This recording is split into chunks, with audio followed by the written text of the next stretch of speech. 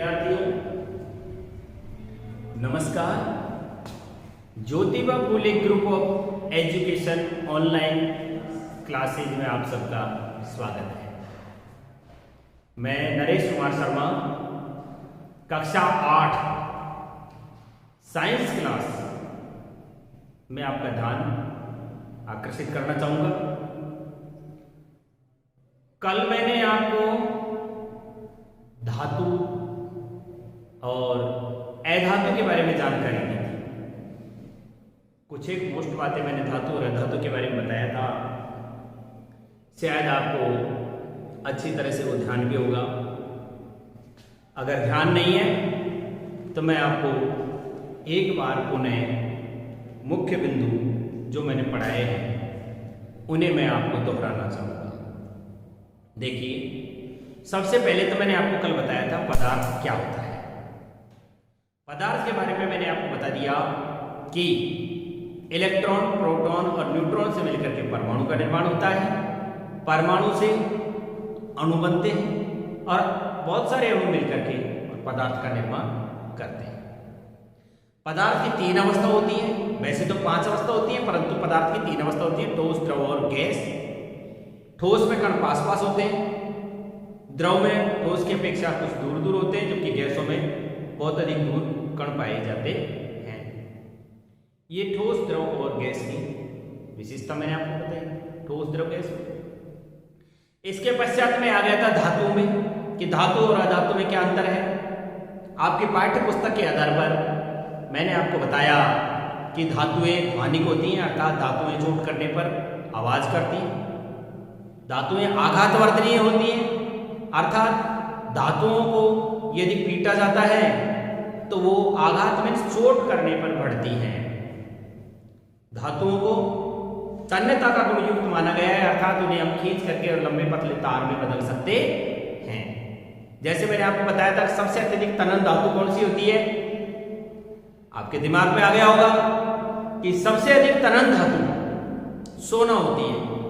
1 ग्राम सोने से 2 किलोमीटर लंबा तार बनाया जा सकता है। धातुएं विद्युत और ताप की सुचालक होती है। धातुएं, इससे आगे लिखवाना मैं चाहूंगा और परिभाषाओं में इसी धातु की कि धातुएं अम्लों से अभिक्रिया करके, अधिकांश धातुएं अम्लों से अभिक्रिया करके और हाइड्रोजन गैस देती है। कई धातुओं को मिला करके और मिश्र धातु बनाई जा सकती है। इसके विपरीत विद्युत की कुचालक, ताप की कुचालक, आघात वर्धनीयता का गुण जिसमें नहीं पाया जाओ, तन्यता का गुण जिसमें नहीं पाया जाए, आपस में मिला करके जिन्हें मिश्र धातु नहीं बनाई जा सके, अधातु कहलाती है। यहां तक की बात मैं आपको कल बता चुका हूं। आज मैं आपको नया पॉइंट धातु और अधातु के रासायनिक गुण समझाने जा रहा हूं। धातुओं और अधातुओं के रासायनिक गुण।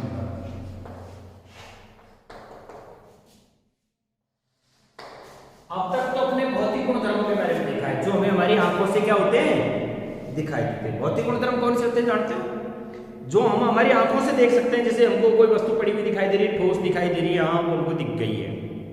द्रव हमको दिख रहा है या उसके अंदर होने वाला बदलाव हमें दिखाई दे रहा है। धातु को पीट रहे थे, पतली चद्दर में बदल रहा है। धातु को खींच रहे थे, तार में बदल रहा है। पीटने पर ध्वनि कर रहा है, विद्युत का सुचालक हो रहा है। ये सारी चीजें कैसी हैं, हमको दिखाई देती है ना आंखों से। इन सारी चीजों को जो हमें आंखों से दिखाई देती है भौतिक गुणधर्म कहते हैं। अब मैं आपका ध्यान यहां रासायनिक गुणधर्म की ओर आकर्षित करना चाहूंगा। देखिए, इससे पहले एक बात और बता दूं मैं कि धातुएं ठोस तो होती हैं, चाकू से नहीं काटी जा सकती हैं, परंतु सोडियम और पोटेशियम ऐसी धातु होती है, नोट में बताऊंगा चलो आपको। इससे पहले अपन इसका भौतिक गुणधर्म ले लेते हैं। आपने लोहे पर जंग लगने की विक्रिया सुनी होगी। लोहे पर क्या लग जाता है?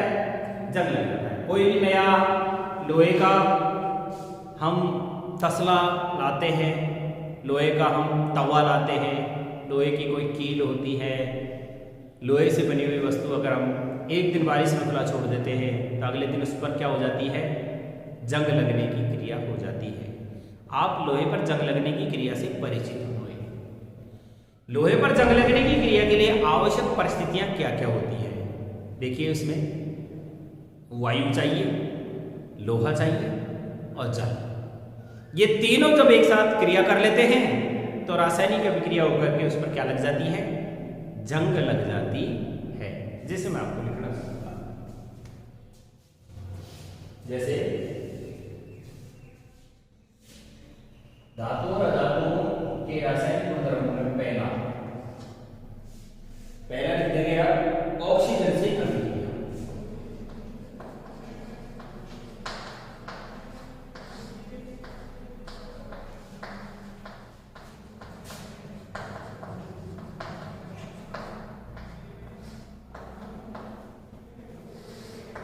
ऑक्सीजन से अभिक्रिया, ऑक्सीजन से अभिक्रिया में देखेंगे, और इसमें एग्जांपल मैं आपको ले रहा हूं आयरन में जंग लगने के लिए।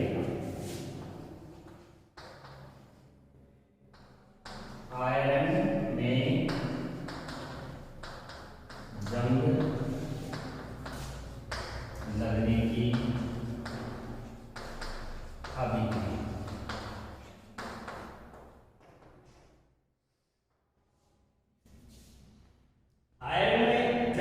आयरन का सूत्र होता है क्या? Fe। क्या होता है? Fe माने आयरन, लोहा, प्लस, और आपको मैं बता दूं जंग का जो सूत्र होता है, जानते हो क्या होता है? 2Fe2O3 multiply 3H2। ये जंग का सूत्र होता है। लोहे पर जंग 2Fe2O3 मल्टीप्लाई 3H2। यहां Fe है तो F यहां आपको दिखाई दे रहा होगा, देखो 2 और 2 4 Fe हो गए। ऑक्सीजन में कितने हैं? 3 दूनी के 6 ऑक्सीजन तो ये हो गए, और यहां पर आपको दिखाई दे रहे होंगे 3 ऑक्सीजन 6 ऑक्सीजन, यानी 12 ऑक्सीजन होता है। कितने ऑक्सीजन होते हैं? तो यहां पर अपन लिख देंगे प्लस 3 दूनी के 6 दूनी के 12, तो 6H2O। 6H2O में 6 ऑक्सीजन यहां आ गई, और 12 हाइड्रोजन यहां से 3 दूनी के 6 दूनी के 12 आ गए, प्लस 3O2 शेष है। दोनों तरफ की जो संतुलित समीकरण हो गई है ये लोहे पर जंग लगने की समीकरण है। 4Fe हो गया, 6 ऑक्सीजन हो गई, 6 ऑक्सीजन हो गई, 12 हाइड्रोजन हो गई। ये लोहे पर जंग लगने के लिए आयरन प्लस ऑक्सीजन प्लस जल, ये तीनों की आवश्यक परिस्थिति में लोहे पर क्या लग जाती है? जंग लग जाती है। अर्थात आपको इस बात का पता चल गया होगा। क्या सीखा इस लाइन से? यहां आयरन है तो ये आयरन ऑक्साइड का सूत्र है। किसका सूत्र है? आयरन ऑक्साइड का। यहां मैंने लिखा है किससे क्रिया? ऑक्सीजन से अभिक्रिया। यानी कहने का तात्पर्य यह है कि लोहा जब ऑक्सीजन से क्रिया करता है तो आयरन ऑक्साइड बना देता है। पूरी बात का तात्पर्य यह हुआ कि यदि मान लीजिए हम धातुओं की ऑक्सीजन से क्रिया कराते हैं तो धातु का ऑक्साइड बनता अर्थात धातुओं की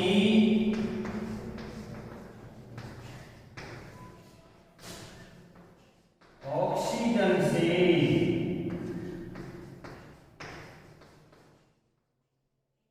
क्रिया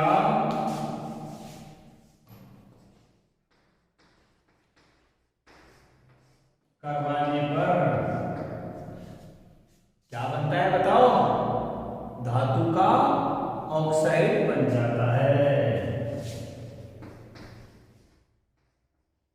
धातु का ऑक्साइड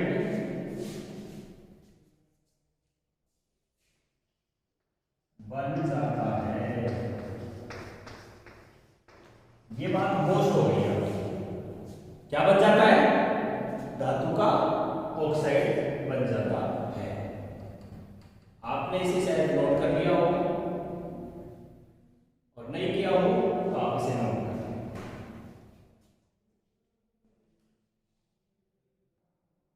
हाँ, मैं आपको बता चुका हूं कि धातुओं की ऑक्सीजन से क्रिया करवाने पर धातु का क्या बन जाता है? धातु का ऑक्साइड बन जाता है। अब आप कक्षा 7 में पढ़ा हुआ मैग्नीशियम रिबन का उदाहरण लीजिए। मैंने आपको कक्षा 7 के पाठ्यक्रम का स्मरण कराते हुए कहा है कि जैसे देखिए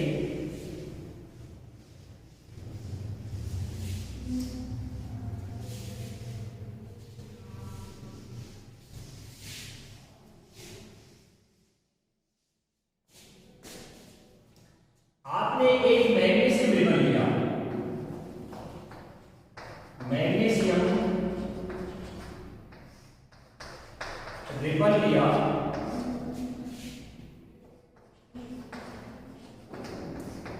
क्या ले लिया? मैग्नीशियम का रिबन ले लिया और इस मैग्नीशियम रिबन को रेगमाल की सहायता से रगड़ कर अच्छी तरह सख्त कर लिया तथा उसे रेगमाल की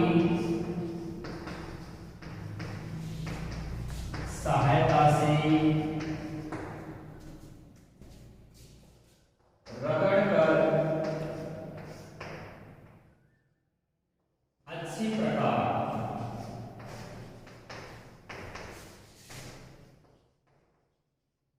साफ कर लिया ताकि उस पर नमी व मिट्टी के कण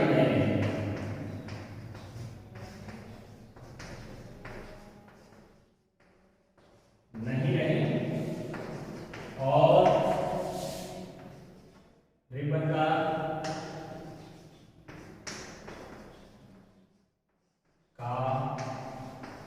दहन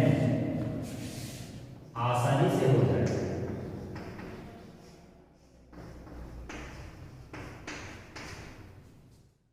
अब एमजी रिबन को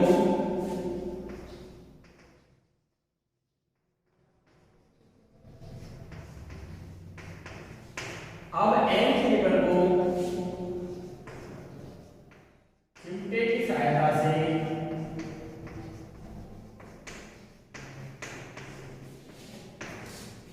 पकड़कर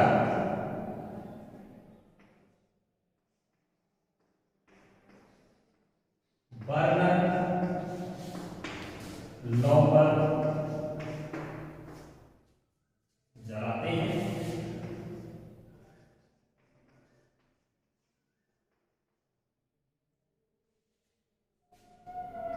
श्वेत लौ के साथ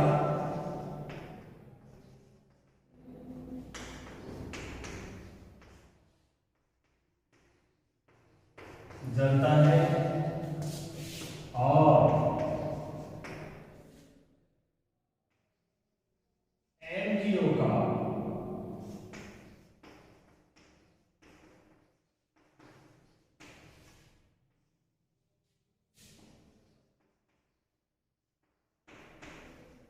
मैग्नीशियम ऑक्साइड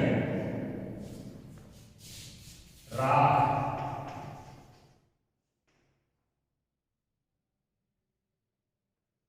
प्राप्त हो जाती है।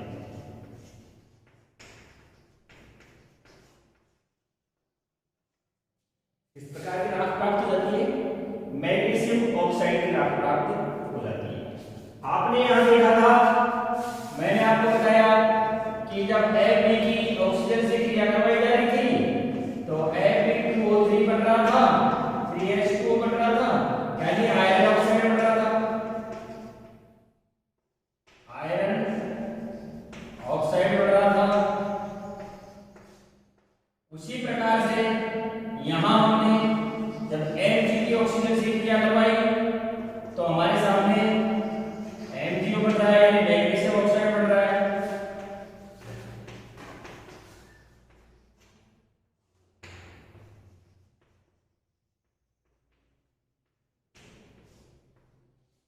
उसी प्रकार से कॉपर जब वायुमंडल में विद्यमान ऑक्सीजन से क्रिया करेगा तो कॉपर का हाइड्रोक्साइड बना देगा।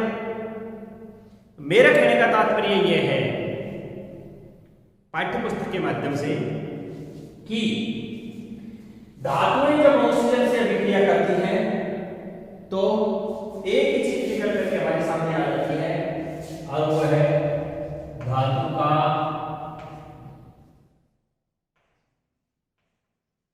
ऑक्साइड बनना। एक ही चीज हमारे सामने आती है कि धातुएं जब किससे अभिक्रिया करती है, ऑक्सीजन से अभिक्रिया करती हैं, तो क्या बनकर के आ जाता है, धातु का ऑक्साइड बन जाता है। क्या बनता है, धातु का ऑक्साइड बनता है। अब जब जैसे ही मैग्नीशियम रिबन को जलाया, ऑक्सीजन की उपस्थिति में जलाया, हमारे सामने क्या अभिक्रिया हुई, एग्जाम्पल अभिक्रिया कि भाई मैग्नीशियम का रिबन ले लिया और इसे हमने ऑक्सीजन की उपस्थिति में जला दिया, हमको प्राप्त हो गई मैग्नीशियम ऑक्साइड का पाउडर प्राप्त हो गया। इसे संतुलित कर ले, संतुलित करते ही हमारे सामने ये हो गया मैग्नीशियम ऑक्साइड। इस मैग्नीशियम ऑक्साइड की हमने लिटमस पत्र से जांच की तो हमारे सामने बनने वाला ये ऑक्साइड क्षारीय प्रकृति का है। कैसी प्रकृति का आया, क्षारीय। तो मैं धातु का ऑक्साइड बनना, और धातु का ऑक्साइड कैसी प्रकृति के होते हैं, क्षारीय प्रकृति के होते हैं। कौन सी प्रकृति के होते हैं धातु के ऑक्साइड, क्षारीय प्रकृति के होते हैं। इस बात को नोट करेंगे कि जब धातुओं की ऑक्सीजन से अभिक्रिया कराई जाती है तो धातु का ऑक्साइड बनता है, और धातु के ऑक्साइड बनने से कौन सी प्रकृति के होते हैं, क्षारीय प्रकृति के होते हैं। ये बात मैं आपको यहाँ क्या करना चाह रहा हूँ, समझाना चाह रहा हूँ। दो के माध्यम से मैंने समझा दिया है। जैसे अपने ये तो लोहे पर जंग लगने वाला समीकरण ले लिया था, और इससे हमारे सामने ये लोहे पर जंग भी बन गई थी। ये लोहे पर हमारे सामने जंग भी बन गई है। ये मैग्नीशियम का ऑक्साइड बनना मैंने आपको बता दिया है।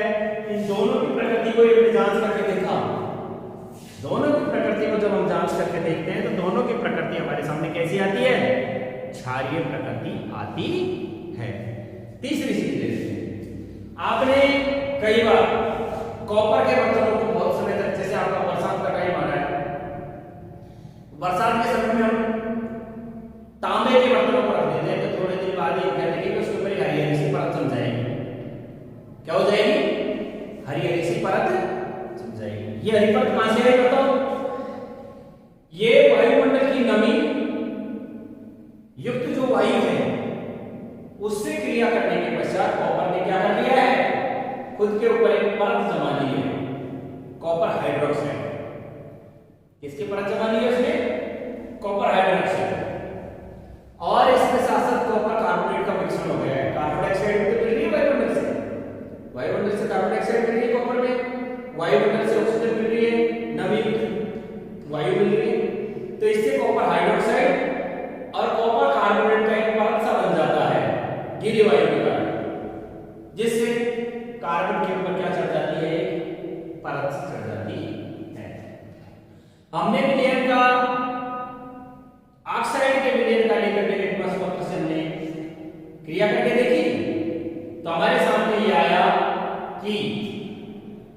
के जो ऑक्साइड होते हैं उनकी प्रकृति क्षारीय होती है। ये आप पहली बात ही जान गए। अब मैं आपको यहाँ दो नोट और लिखवाना चाहूंगा, उन्हें आप लिख लें। इसे मिटाना तो लिख लिया होगा आपने, ठीक।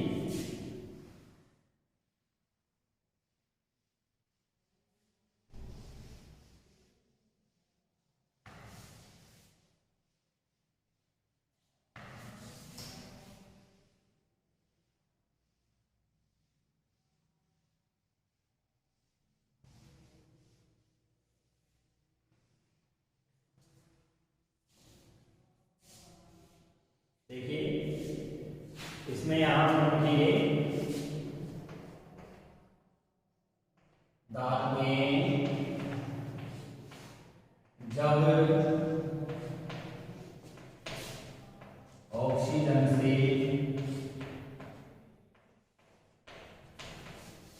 क्रिया करती हैं तो धातु का ऑक्साइड बनता है। क्या बनता है? धातु का ऑक्साइड बनता है। पॉइंट नंबर 2 लिख दो कि धातु का ऑक्साइड क्षारीय प्रकृति का होता है।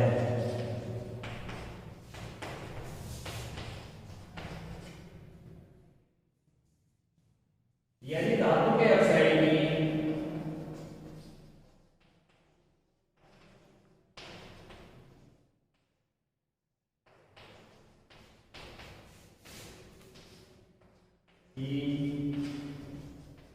अम्लों से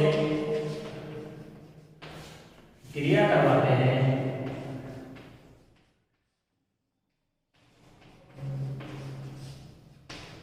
तो लवण में जल बनता है।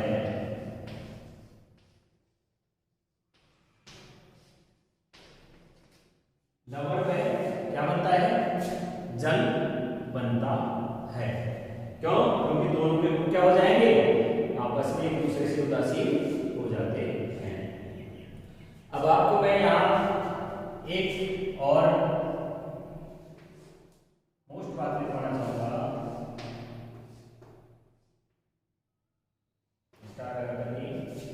कि जब कॉपर के बर्तन लंबे समय तक जब कॉपर के बर्तन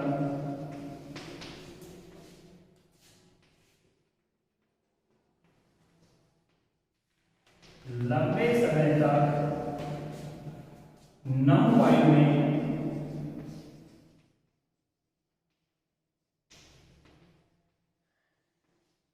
रखे रहते हैं तो उन पर एक क्या बन जाती है? हल्की हरी रंग की परत जम जाती है। हल्की हरे रंग की परत जम जाती है। उनके ऊपर क्या हो जाता है? हल्के हरे रंग की परत जम जाती है। अब मैं आपको बता दूं ये हरा पदार्थ क्या है। ये हरा पदार्थ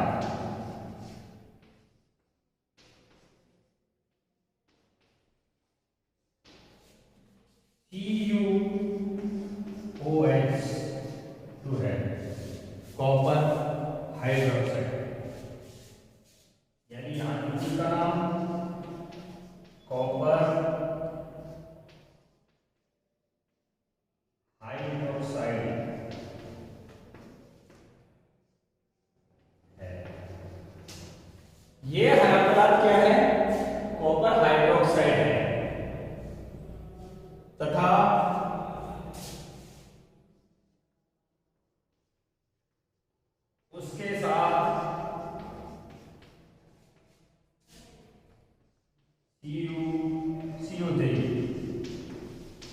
कॉपर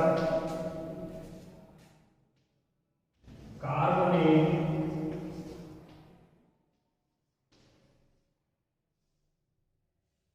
मिला हुआ है।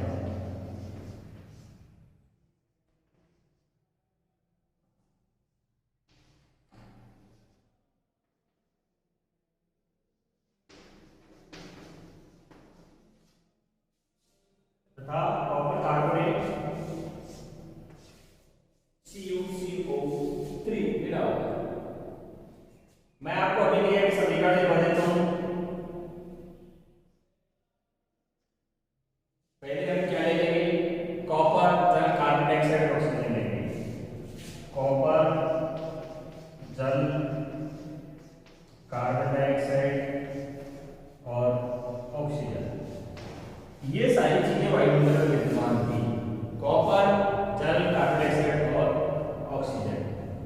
हमारे सामने क्या बन गया यहाँ, CuOH2 कॉपर हाइड्रोक्साइड के साथ में CuCO3 कॉपर कार्बोनेट बन गया है। यानी कॉपर हाइड्रोक्साइड और कॉपर कार्बोनेट की परत आपके सामने आ गई है। अब आप इसे नोट कर लें।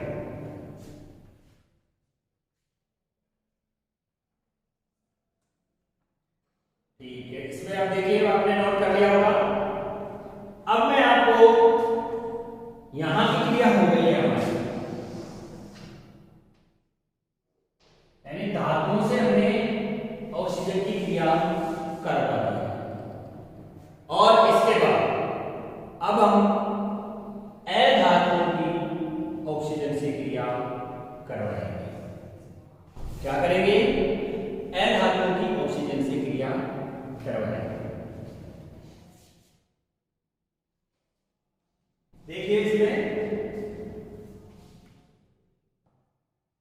मैं यहां आपको ये बता चुका हूं कि ऑक्सीजन से धातुओं ने क्रिया करके क्या बना दिया, धातु का ऑक्साइड बना दिया। यहां धातुओं की बात होने के पश्चात आ गए हैं अधातुओं की ऑक्सीजन के साथ अभिक्रिया। अब मैं आपको अधातुओं की ऑक्सीजन के साथ अभिक्रिया पढ़ा रहा हूं।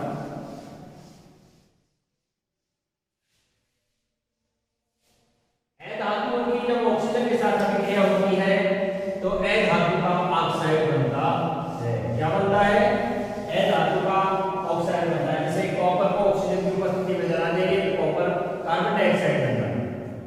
सल्फर को ऑक्सीजन की उपस्थिति में जला देने पर सल्फर डाइऑक्साइड का बन जाएगा। तो देखिए पॉइंट लिखेंगे हम, अधातुओं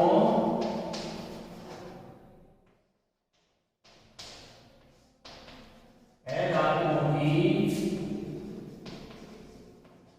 ऑक्सीजन के साथ अभिक्रिया। यहां हमने धातु ले ली थी, अब हम ले रहे हैं अधातु। पहले तो आप अधातुओं के गुणों पर गौर कीजिए। धातु और अधातु जो मैंने अभी थोड़ी देर पहले आपको बताया था, हमारे हेनरी मोजले की 1913 वाली जो सारणी है ना, हेनरी मोजले की 1913 वाली सारणी में 80 के लगभग धातु हैं। धातु की बात मैंने बता दिया था, ध्वनिक होती है। लेकिन अब अपन ले रहे हैं अधातु। जैसे कार्बन एक अधातु है, जैसे सल्फर एक अधातु है। यानी कहने का मेरा तात्पर्य है कि जिनको पीट कर पतली चादर नहीं बनाया जा सकता, जिन्हें तार के रूप में नहीं बदला जा सकता, जो विद्युत के कुचालक हैं, ऐसी चीजों को हम क्या कहते हैं, अधातु कहते हैं। सबसे पहले मैं आपको बता रहा हूं एक प्रयोग करके कि अधातुओं की ऑक्सीजन के साथ अभिक्रिया होने पर क्या होगा। चूर्णित सल्फर लेंगे, क्या लेंगे हम, चूर्णित सल्फर। सल्फर का चूर्ण प्रतीक होता है सल्फर का एस। क्या होता है सल्फर का प्रतीक, एस होता है। सल्फर पानी गंधक, सल्फर पानी क्या होता है, गंधक, गंधक। और प्रतीक रूप में से सल्फर कहते हैं, सल्फर क्या कहते हैं इसको,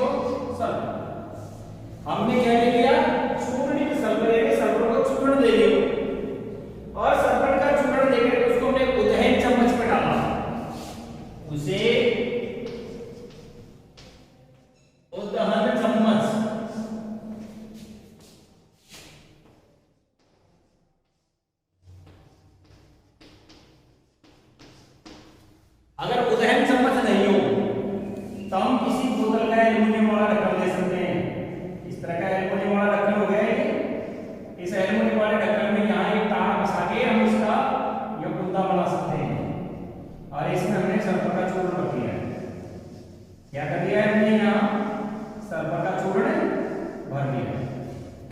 सल्फर का चूर्ण भरने के पश्चात हम क्या करते हैं, इसे गर्म कर रहे हैं। उदयन चम्मच ले लिया तो, या उदयन चम्मच किसी तरह की होती है, यो इस तरह की आकृति होती है उसकी, यो, और उसके यहाँ एक स्टैंड लगा रहता है यो। इसमें हमने उदयन चम्मच में या सल्फर का चूर्ण भर दिया, और सल्फर का चूर्ण भर करके हमने जैसे उदयन चम्मच को गर्म किया, ये जो बोतल के रेबड़ी वाले ढक्कन में हमने तार बांध के चम्मच बनाई थी ना, उसे हमें रख करके और क्या कर रहे हैं, गर्म कर रहे हैं। क्या कर रहे हैं देखिएगा, जैसे ही ये सल्फर जलना शुरू करता है, इसमें से क्या निकलना शुरू होगा, एक गैस निकलना शुरू होगा। इसमें से क्या निकलना शुरू हो गया, ये गैस निकलना शुरू हो गया। ये सल्फर चूर्ण है, एस चूर्ण, गंधक चूर्ण कहते हैं लोग, गंधक चूर्ण,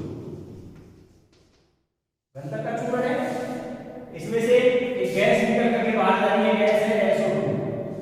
कौन सी गैस निकल रही है, SO2। SO2 का मतलब क्या होता है, सल्फर डाइऑक्साइड गैस निकल रही है। कौन सी गैस निकल रही है, sulphur dioxide.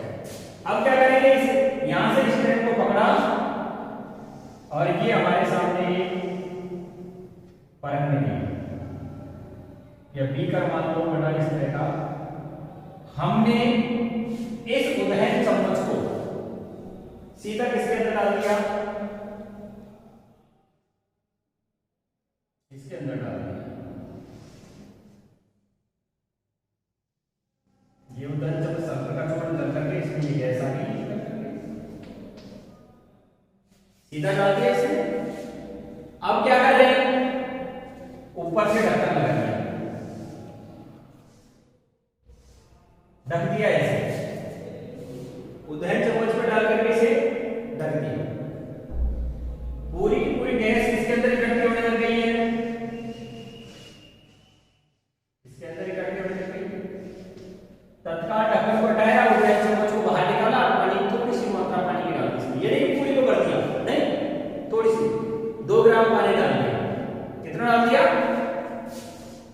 2 mg, 2 milligram H2 डाल दिया इसके अंदर, और जोर से मटेरियल को क्या कर दिया, हिला दिया, ताकि ये बनने वाली जो गैस थी किसके साथ घुल जाए, पानी के साथ घुल जाए।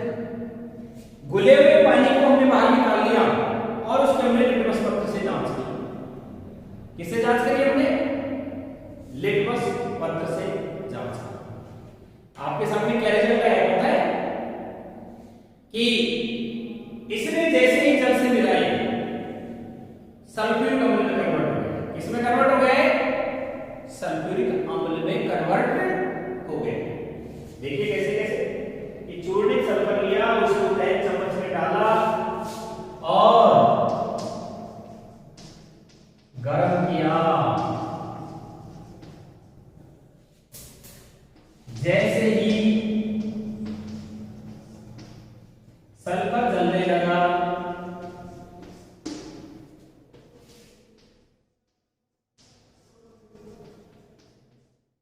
एक गैस बनने लगी।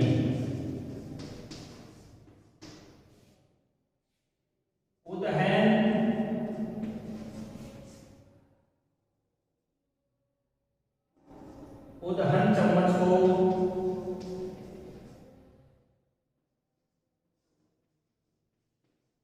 एक बीकर में रखकर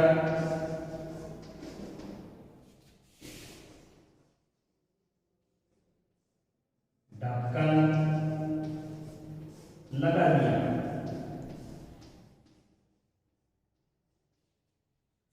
जब बीकर गैस से भर गया,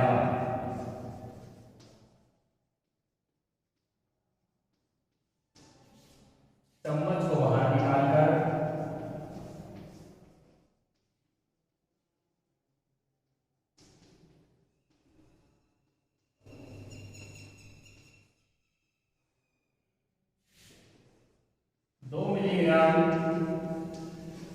पानी डालकर बीकर को जोर से हिला दिया।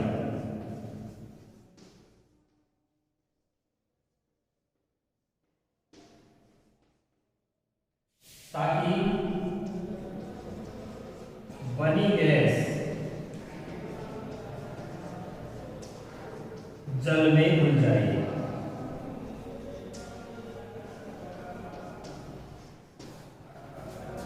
जब गैस जल में घुल गई तो हमने क्या किया, इस जल की लिटमस पत्र परीक्षण किया। हमने इसका क्या किया, लिटमस पत्र परीक्षण किया। तो क्या देखते हैं, लाल लिटमस पीला हो गया। और ये गुण किसका होता है, अम्लों का होता है। अर्थात ये जो बनने वाली गैस थी वो अम्लीय प्रकृति की थी। कैसी प्रकृति की थी, अम्लीय प्रकृति की थी। अब हमारा पॉइंट क्लियर हो गया है कि जब अधातुओं की ऑक्सीजन से क्रिया करवाई जाती है तो अधातु का ऑक्साइड बनता है, और अधातु का जो ऑक्साइड है वो अम्लीय प्रकृति का होता है, ताकि बनी गैस जल में घुल जाए। अब मैं आपको यहां ऊपर लिख करके बता रहा हूं इसको।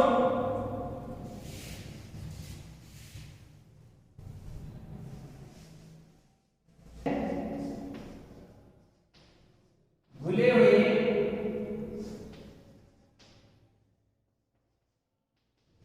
जल का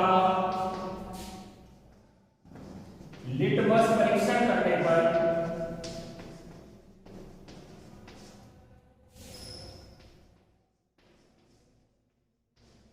देखते हैं कि लाल लिटमस का रंग नीला हो गया है। अर्थात बनी हुई गैस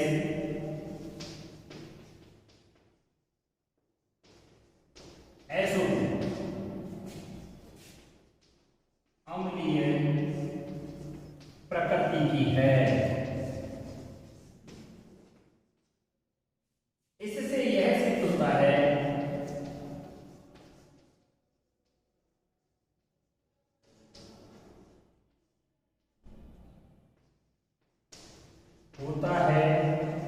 कि अधातु के ऑक्साइड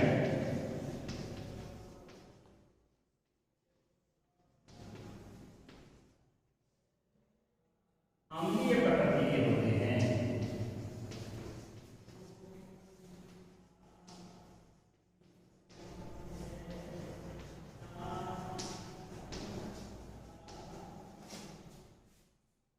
इसीलिए जब कार्बन ऑक्सीजन के साथ जुड़ता है तो कार्बन डाइऑक्साइड बनती है। कार्बन डाइऑक्साइड भी अम्लीय प्रकृति की होती है। कि घुले हुए जल की जब लिटमस हमने परीक्षण किया तो हमने पाया कि लाल लिटमस कैसा हो गया, नीला हो गया। अर्थात ये गुण किसका होता है, ये गुण अम्लों का होता है। अर्थात जो बड़ी हुई गैस थी सल्फर डाइऑक्साइड वो अम्लीय प्रकृति की है। इससे क्या सिद्ध हुआ कि धातुओं के ऑक्साइड अम्लीय प्रकृति के होते हैं। देखिए यहाँ इस सल्फर को हमने जलाया था ऑक्सीजन की उपस्थिति में तो सल्फर डाइऑक्साइड गैस बन गई। सल्फर डाइऑक्साइड गैस को हमने जल से विक्रिया कराई तो हमारे सामने सल्फ्यूरिक अम्ल बन गया, इसलिए लाल लिटमस नीला हुआ। इसी तरह से मैंने आपको भी बताया था कार्बन को ऑक्सीजन की उपस्थिति में जलाते हैं तो कार्बन डाइऑक्साइड बन जाती है, और कार्बन डाइऑक्साइड की प्रकृति भी अम्लीय होती है। आज के लिए मैं इतना ही बताना चाहूंगा। कल मैं आपको जल के साथ धातुओं की अपक्रिया बताऊंगा, इसी समय इसी चैनल पर। इसे आप सब्सक्राइब करें, पूरी तरह देखें, लाइक करें। धन्यवाद।